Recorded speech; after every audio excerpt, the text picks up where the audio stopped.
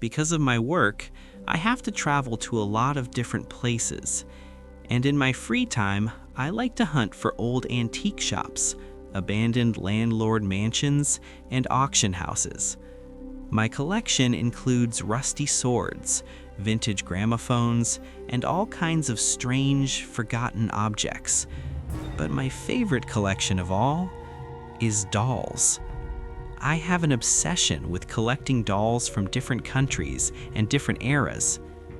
That time, I had gone to cover an old Zimindar mansion in Mymensingh. After finishing my work, while heading back, my eyes suddenly fell on a small, nearly broken down shop by the roadside. The signboard read, Pura Kirti Shambar. The name alone pulled me in. As soon as I stepped inside, a strong mix of old wood and dust hit my nose. The shop was packed with antique furniture, old utensils, and countless random items. The shop owner, an elderly man, looked at me through his thick glasses and gave a faint smile. I wandered around the shop when suddenly my eyes got stuck on something in the corner of a shelf. Under a pile of old junk lay a wooden doll. The doll itself was simple, but its eyes were not. Deep black, still, almost alive. It felt like they were staring straight at me. The doll was wearing a red frock, faded badly with time. Its hair was messy, tangled, and there was a faint scratch mark on one side of its face. When I asked the old man about the doll, the smile slowly disappeared from his face. He hesitated, then said softly, "Sir, it's better if you don't take that." I smiled. "Don't take it? Why? What's wrong with it?" The old man took a moment, then let out a long sigh. "This doll has been with me for almost 50 years. My father found it in an old abandoned house. The doll's name is said to be Mrinalini. People say that anyone who looks into its eyes even once loses their sleep forever." Curious, I asked, "What do you mean, loses their sleep? What actually happens?" He replied, "No one who bought this doll could keep it for long. Every single one returned it. They all said the same thing. When they try to sleep at night, it feels like someone is watching them. The moment they close their eyes, the doll's face appears. Some even claimed they saw the doll changing places on its own inside the room at night." I laughed. To me, it all sounded like pure superstition. "I want to buy it," I said. "How much?" The old man stared at me for a long moment. Then he said, "Sir, I warned you. Whatever happens after this, I won't be responsible." I assured him and bought the doll. The price wasn't very high. I packed it into my bag and headed back to Dhaka. The entire journey, I kept thinking about it. A cursed doll. Look into its eyes and lose your sleep forever.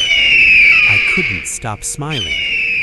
Back home, I placed the doll inside my display case with the rest of my collection.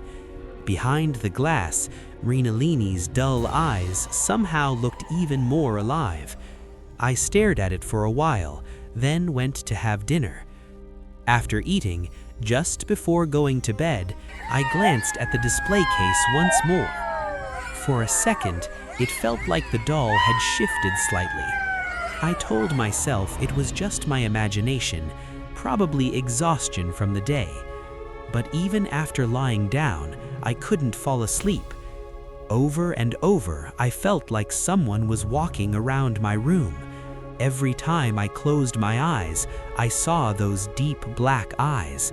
It felt like she was standing right beside my bed, staring at me without blinking. As the night grew darker, my unease grew stronger. Finally, I got up and turned on the room light. The moment I looked toward the display case, my heart froze. Mrinalini had moved from her place and was now standing right in front of the glass door of the showcase. Her face was turned directly toward me. I tried to calm myself down. Maybe I had placed the doll like that myself and simply forgotten. I opened the showcase door and put the doll back in its original position, but the fear inside my chest just wouldn't go away. That night, I couldn't sleep at all. I stayed awake the entire night. As dawn broke, my eyes finally started to close, but I couldn't sleep for long. A nightmare jolted me awake. In the dream, I saw Mrinalini sitting on my chest, staring at me with those terrifying eyes and smiling. I woke up drenched in sweat. My body was shaking. That was when I realized the old man's words were not just superstition. There was truly something inside this doll. The next few days were a living nightmare. I couldn't sleep even for a moment at night. Every time I closed my eyes, the doll's face appeared before me. I felt like it was watching me all the time. Wherever I went, whatever I did, it felt like it was right there with me. It started affecting my work. I couldn't focus on anything. My face grew pale, dark circles formed under my eyes. My friends became worried seeing my condition. One of my close friends, Ronnie, came over after hearing everything. I told him the whole story. At first, Ronnie didn't believe me. He said, "Bro, maybe you're dealing with some mental stress. You should see a doctor." I said, "No, Ronnie, this isn't psychological. That doll is responsible." "All right then, let's see this doll." I took Ronnie to the showcase. After looking at the doll, he said, "This thing did all that to you? It's just a wooden doll. Look into its eyes." Ronnie stared at the doll's eyes for a few seconds, then said, "What's there? I only see 2 black glass marbles." "Stay at my place tonight," I said. "Then you'll understand." Ronnie agreed. We had dinner together that night. Before going to sleep, I told him to keep an eye on the showcase. He laughed it off. We both went to bed, but sleep wouldn't come to me. I stayed awake all night. Ronnie tossed and turned for a while, then fell asleep. It was around 2 a.m. when Ronnie's screams snapped me out of my daze. I saw him sitting up in bed, trembling, his eyes wide with terror. "What happened?" I asked. Shaking violently, Ronnie pointed toward the showcase and stammered, "That doll." I looked. Mrinalini had changed her position. She was now standing in the middle of the showcase facing us. In a broken, terrified voice, Ronnie said, "I saw it. It was walking on its own. Its feet were moving." I tried to calm him down, but my own throat had gone dry with fear. I knew then this doll couldn't stay in this house another second. The next few mornings, Ronnie and I made a decision. We would return the doll to where I had bought it. We got in the car and headed toward Mymensingh. My hands gripped the steering wheel as my whole body felt numb. Ronnie sat silently beside me, staring outside with a pale face. The car raced down the Mymensingh highway under the soft morning light, but inside our minds, it was darker than the night before. The doll, wrapped in a cloth bag, was on the back seat. Still, it felt like it was watching us from inside the bag, its cold, lifeless eyes following our every move. I glanced at the back seat through the mirror. The bag was still, but my heart skipped a beat. I could have sworn the cloth moved slightly. I quickly looked away. Roni noticed and said in a trembling voice, "Are you okay? I can drive if you want." Taking a deep breath, I said, "No, I'm fine. We're almost there." My throat felt dry and stiff. Roni muttered, "I can't believe it, man. If I hadn't seen it with my own eyes, I never would have believed you. It really moved. I saw it step down from the shelf and walk toward the glass door. Its feet were moving." His words only fueled my fear. I had nothing to say. All my faith in logic and science had shattered overnight, defeated by a wooden doll. After nearly 3 hours of driving, we reached the old shop in Mymensingh. The shop was still closed, an old lock hanging on the door. We got out of the car. The morning air was calm. People around were starting their day, but neither of us felt any peace. We sat at a nearby tea stall and learned the shop owner, the old man, usually opened around 10 a.m. It was just past 9. That 1 hour felt like an eternity. I told Roni, what if the old man refuses to take it back? What if he says it's too late? He has to take it, Roni said. We'll tell him everything. We'll pay more if needed, but this thing cannot stay with us. He was right. The doll hadn't just stolen our sleep. It had taken our peace of mind. Every moment felt like someone was breathing cold air down our necks. A little after 10, we saw the old man approaching with a bunch of keys. He looked slightly surprised to see us, but there was a familiar expression on his face, almost as if he knew we would come. Without saying a word, he unlocked the shop. We followed him inside. The smell of old wood and dust felt heavier, more suffocating than before. Sitting down, he looked at us calmly and said, "I knew you would come." Without hesitation, I placed the cloth bag on the table and opened it. Renalini's lifeless eyes stared out. The old man glanced at the doll briefly, then looked away. Desperately, I said, "You were right. This isn't an ordinary doll. It's cursed. Please take it back. Take your money, take more if you want. Just don't give it back to us." Roni added, "We haven't slept for 2 nights. Every time we close our eyes, we see its face. And it doesn't stay in one place. It moves around the house." The old man listened carefully, then sighed. "I warned you, sir. This doll has a strange attachment. Once it locks eyes with someone, peace leaves their life."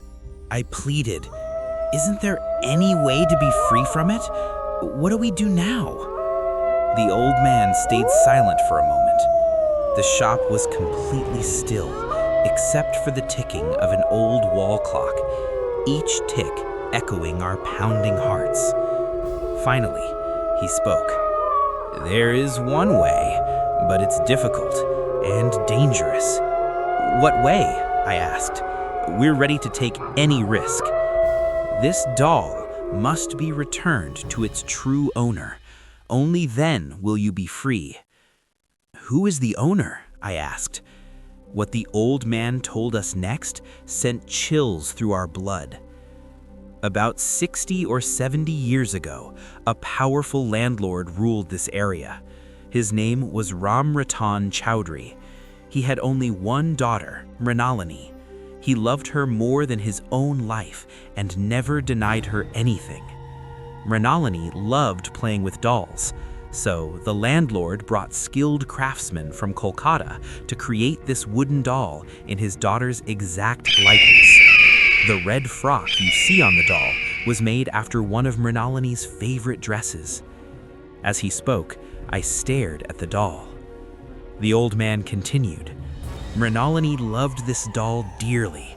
She spent all her time with it. Her eating, sleeping, playing, everything revolved around this doll. But then, one day, everything changed. Mrinalini suddenly died from an unknown illness. She was only 7 years old. The landlord was shattered by his daughter's death, completely turned to stone by grief. He never performed her final rites. Instead, driven nearly insane by sorrow, he locked her body along with her favorite doll inside a secret chamber within the house and sealed the door shut. He truly believed his daughter would return one day. Hearing the story up to this point sent chills down our spines. The old man continued. After that, one misfortune after another fell upon the landlord's family. The landlord himself died soon afterward, consumed by grief and regret. No one from his family could stay in that house anymore. Slowly, the massive mansion was abandoned. People said that Mrinalini's restless spirit still wandered through the house. No one dared go near its boundaries. Many years later, my father, who was also a collector of antiques, somehow discovered the location of that secret chamber. He retrieved this doll from there. But from the very day he brought it home, chaos began in our family. My mother fell ill, our business suffered heavy losses. My father realized that some evil force was attached to the doll.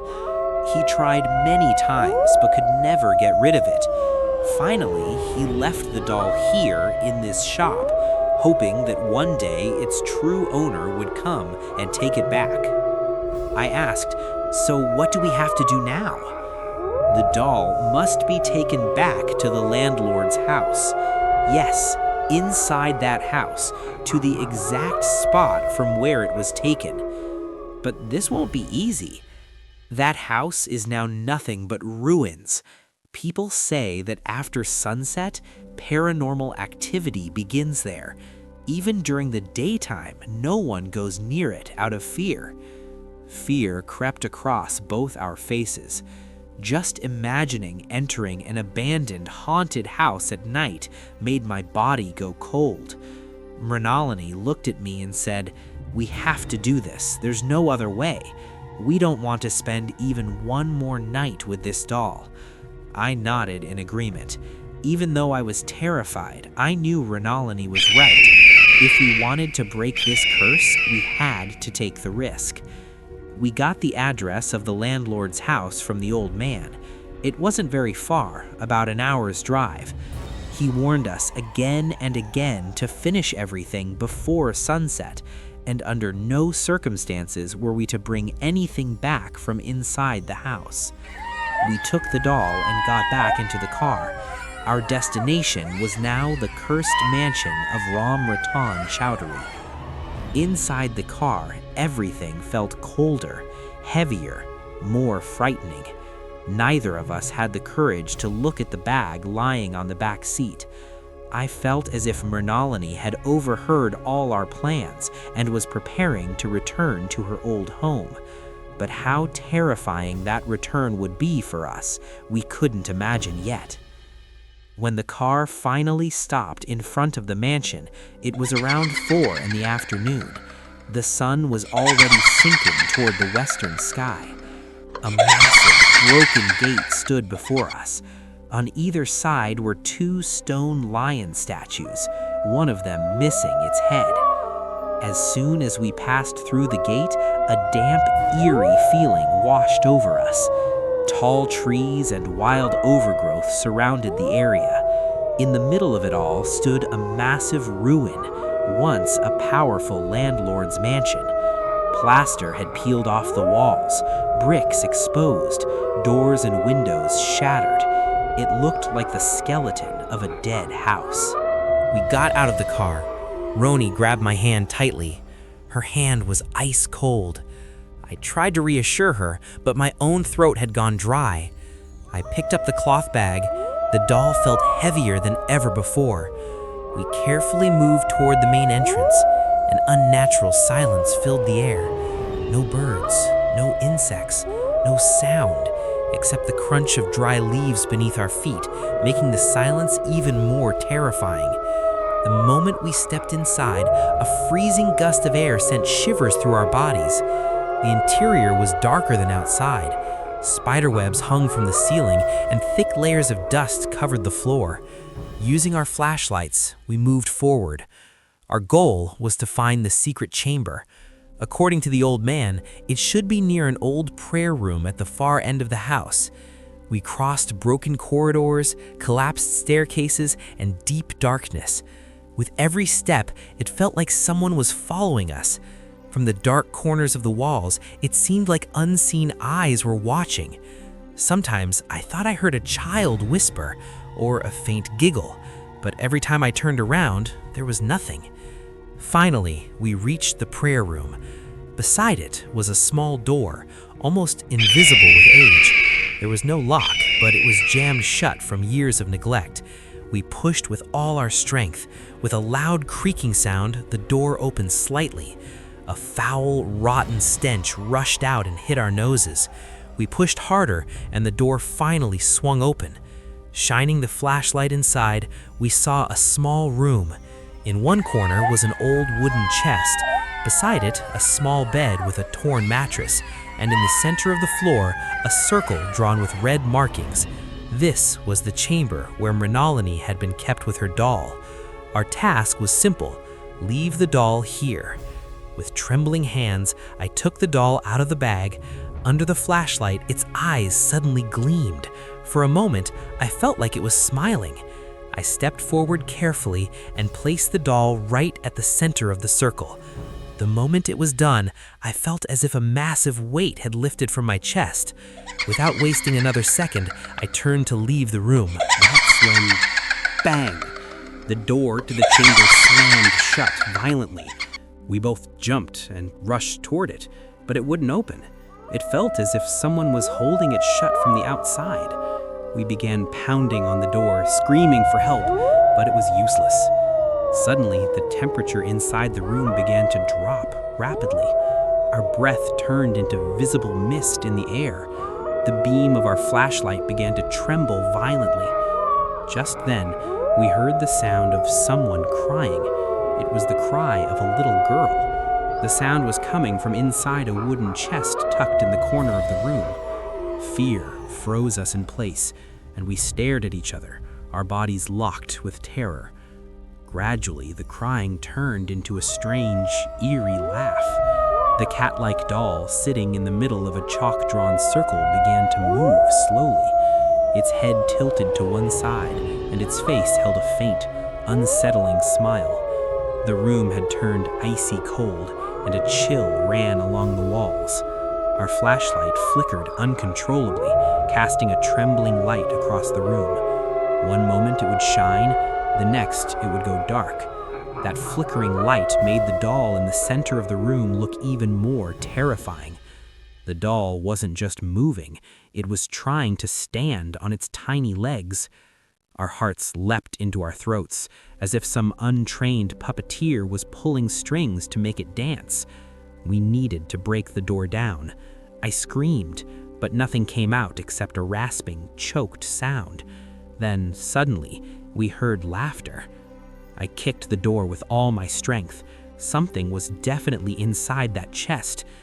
"Move your attention away from the door," Roni warned. "Focus on the chest. Don't come any closer." I stepped back.